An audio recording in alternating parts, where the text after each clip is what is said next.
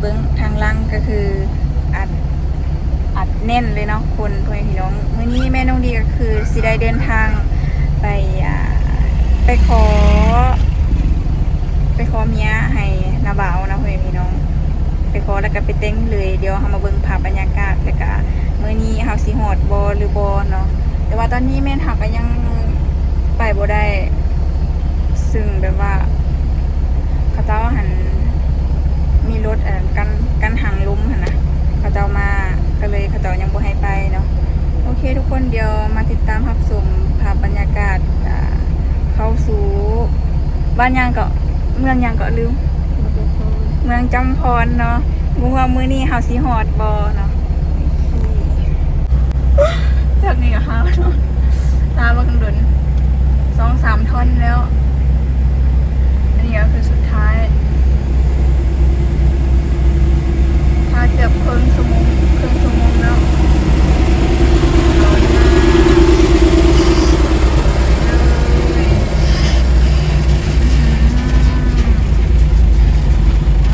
เนี่ยครับตากันทางลมตอนนี้แม่นกันทางลมเนาะแม่พี่น้องทางหน้าเฮาบ่ฮู้ว่าเขาจะสิให้เฮาไปบ่แต่ว่าน่าจะได้เพราะว่าคันอันนี้มันจะบ่ยาวเนาะ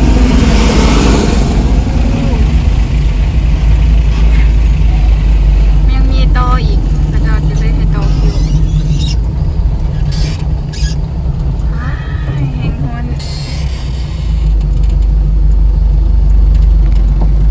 มาอีกแล้วได้2-3 ด้าน4 ด้านละ4 ลูกแล้วให้ไปอยู่ปะล่ะโอเซียนทำไปได้ว้าวรถหลายแห่ง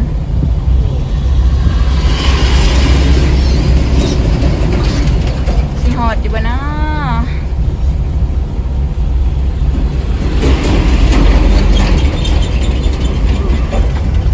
เต็มเลยรถนะ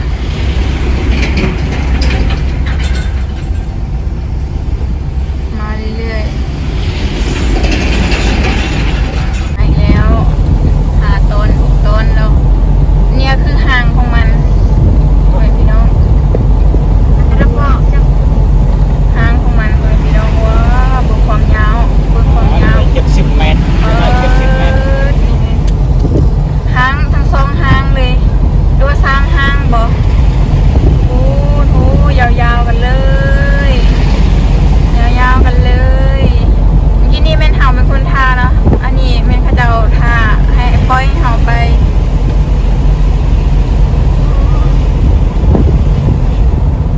ยังก็เขากวักเฮาบ่ได้กวักที่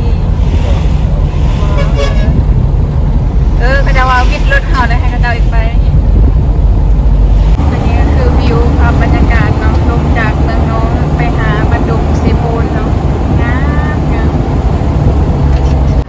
โอเคทุกคนตอนนี้แมนเฮาก็ได้จอดพักเนาะที่ตลาดเซโปนเนาะพี่น้องเพราะว่าตอนนี้แมนเฮาก็สิพาน้าสาวกดเงินเนาะก็เลยพักผ่อนอันนี้ก็คือภาพบรรยากาศอันนี้คือรถของเฮาที่เฮาเดินทางในมื้อนี้เฮามาเบิ่งภาพบรรยากาศต่อไปแม่นเฮาสิเนี่ยอันนี้ข้างๆนี่ก็จะเป็นตลาดของเซโปนเนาะพ่อแม่พี่น้องจะมีแบบว่าผักผลไม้หลายเดียวน้องดีกับสิได้เดินทางอยู่แล้วเนาะอันนี้คือภาพบรรยากาศแถวเมืองเซโปนเนาะพ่อแม่พี่น้องปูนนี่ก็จะประมาณนี้อันนี้คือเดดแฮงเนาะมื้อนี้แต่ว่าสู้เพราะว่าเฮามีรถคันเดียวเนาะพักผ่อนก่อนจักหน่อยหลังจากนั้นเฮาก็สิได้เดินทางกันต่อโอเคทุกคนตอนนี้แม่นเฮาก็ฮอดบอนที่นาบาวดีเนาะได้น้องงานไทยกันมาอันนี้ก็คือทีมงานของทางเฮานะพ่อแม่พี่น้องก็คือเพิ่นหั่นน่ะกำลังลงตอนนี้แม่นฮอด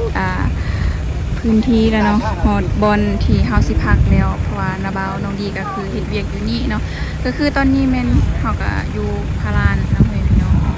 บรรยากาศก็จะประมาณนี้ก็ใครเนี่ยมื้อนี้ฝนบ่ตกฝนบ่ห่ำบ่สั่นค่ะเปียกเบิดนะ นี่อันนี้ก็คือภาพบรรยากาศภายในงานครัวเนาะก่อนอื่นก่อนที่เฮาสิเฮ็ดกินเนาะพ่อแม่พี่น้องก็คือเฮาสิดังไฟนึ่งข้าวก่อนอันนี้ก็คือน้าสาวของน้องดีแล้วก็มีของน้องดีดังไฟบ่ติดจักเถื่อบักโดนๆแล้วโอ้ยสิได้กินข้าวอยู่บ่นะ กินดูไป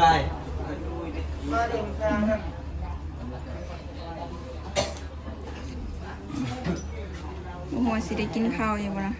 ดังไฟลายเถื่อละ2-3เถื่อแล้วนะยังบ่ได้อันนี้เตา2เตาติด2เตาเลยมาน้องดีสิให้เบิ่งเมนูในมื้อนี้นะพี่น้องโอ้เขาจะตัดแล้วนี่ปลาสองตัวหนึงเนาะตัวใหญ่ตัวบักใหญ่เลยบ่ฮู้ก็จะเอิ้นปลาอีหยังเนาะพี่น้องอันนี้แม่นเฮาก็สิต้มมื้อนี้ต้มปลาเนาะในหลายคนค่ะบรรยากาศเฮือนครัวเนาะ ทำไมยืนน่าเอามาเลยถ่ายเก็บแม่ก็เก็บแม่แม่รอดเหรออย่างดัง ของกินเนาะเสียกันเผ็ดคนละเล็กคนละน้อยนะเพื่อนพี่น้องทางนี้ยังบ่ได้เสยเป็นจังไดมันคือบ่ได้คือบ่เอาไม้อ้อยไผ่มาอ้อยมันจังได้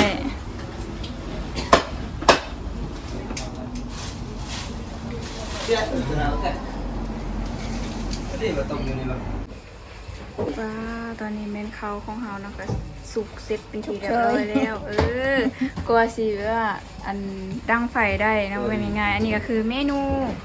ปลาต้มปลาของทาเฮานะเพื่อนพี่น้องก็จะประมาณนี้เนาะแล้วก็สิมีต้มไก่อีกหน่อยเนาะนี่อันนี้ก็คือน้ำฟดแล้วเนาะเพิ่นสิต้มไก่อันนี้ก็คือไก่ว้าวผักขมปดพ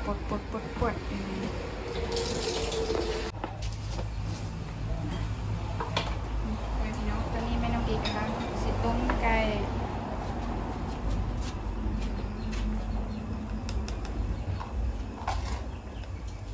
ใส่ร้อยเสียบไรอ่ะใส่ร้อยเสียบไหมก็ใส่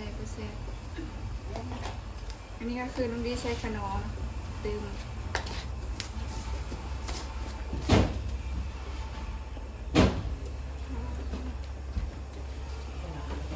กูมีใบมะขามอ่อนแซ่บตอนกับตอนแบบไงเว้ย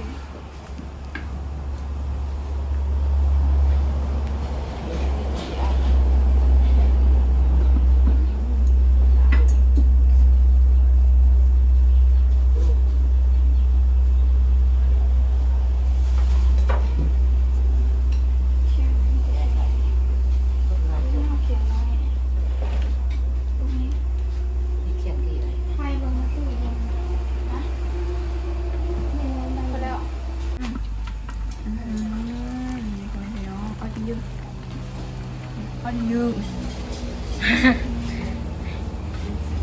เดี๋ยวเราดีไปชิคนดูนะสุดแล้วแกงไก่ใส่ผักขมสุดน้ำร้อนๆตอนนี้หิวข้าวแล้วเนาะสุดแล้ว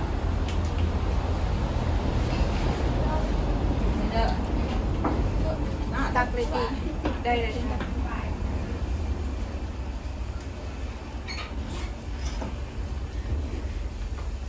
เตรียมถ้วยเตรียมบวง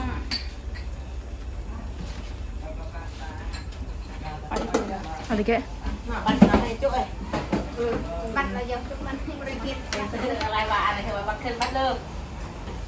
เราไอ้ที่ไอ้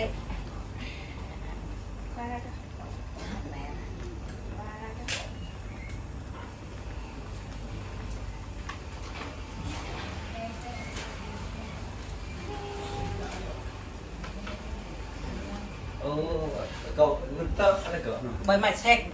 tạo hình dạng nó là 20 từ đó mình check này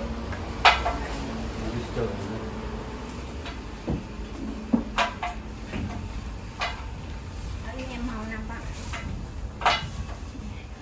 em lông đi cái xôiผัดcái gì rồi chị từ vui thức như từ khi ông ta cứ hoa kia ba vào cười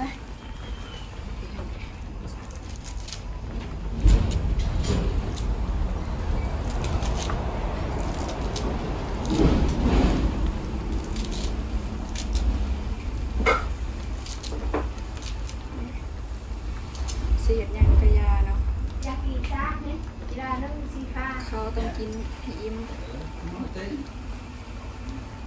เอาเฮาก็กินอยู่นี่เลยเฮานะมา บวกแน่ ถ้วยบ่วงเยี่ยม เห็นเลย เอาไป งานไหมเดี๋ยวเริ่มเริ่มเดือนเด็กบวก เดี๋ยวดูมันอ่ะ ดูมันหนัก ลึก ก็ คนđấy vừa mà nó ăn ông ăn kỹ hết cái tết thôi á โอเค พอดีไปฮอตขั้นตอนตักแล้วทำเสร็จ3 ถ้วย เพราะว่าหลายคน น้ำมวย เอ็ดฟรีเด้อ พิซซี่แบบถ้วยซีก็ได้ Em sẽ là kem chín ใส่กระยิ้มก็ให้มันกระถ่ายเอาให้มันกระยิ้มก็ Kim giờ đục vị nhà tôi ăn đây ăn Rửa đi chả thế nào anh vừa Chẳng có nhà cái chân nào chứ Chân mà nó phải dường เอ้าดูสิ จานแค่นี้แหละ Rồi, như vậy โอนกันตีซื้อ หน้าไป จะเออไงกันนะ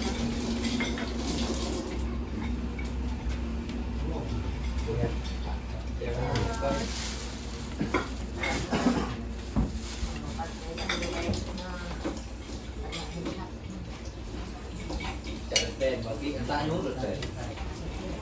จะเวียดกินแต่ยุ่น à rồi vui rồi đây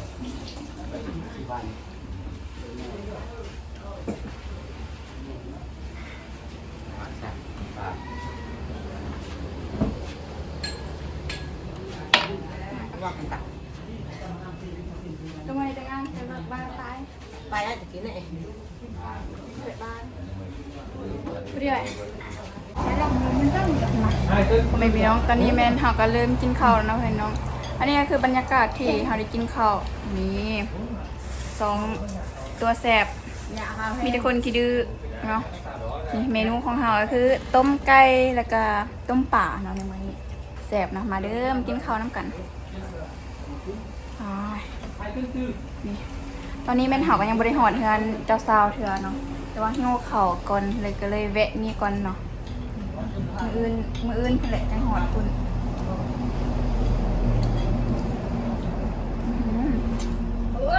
พ่อมันยังเป็นจังไดลูกพ่อ เดี๋ยวน้ำแป้งแอมค่ะน้ำได้เลย กันมันนะ อือหือ เชื่อนะมันไม่ได้แนมเชื่อไม่ขึ้นนะลูก เว้ย